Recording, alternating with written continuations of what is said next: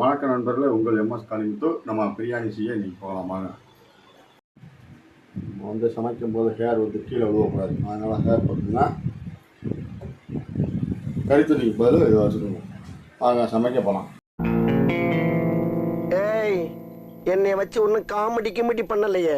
அந்த அறிவிப்பால் அன்ப தருவாளே, சின்ன அறிவிப்பும் இன்று சுடுவாளே.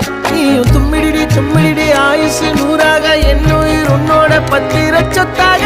என் பார்வை உன்னோடு, உன் பொம்மை கண்ணோடு, பேசாமல் விண்ணோடு நாம் மிதந்து போவோம். காதாரா அடியாளோ நான் தாங்க மாறோடு வா மிருது தேரே.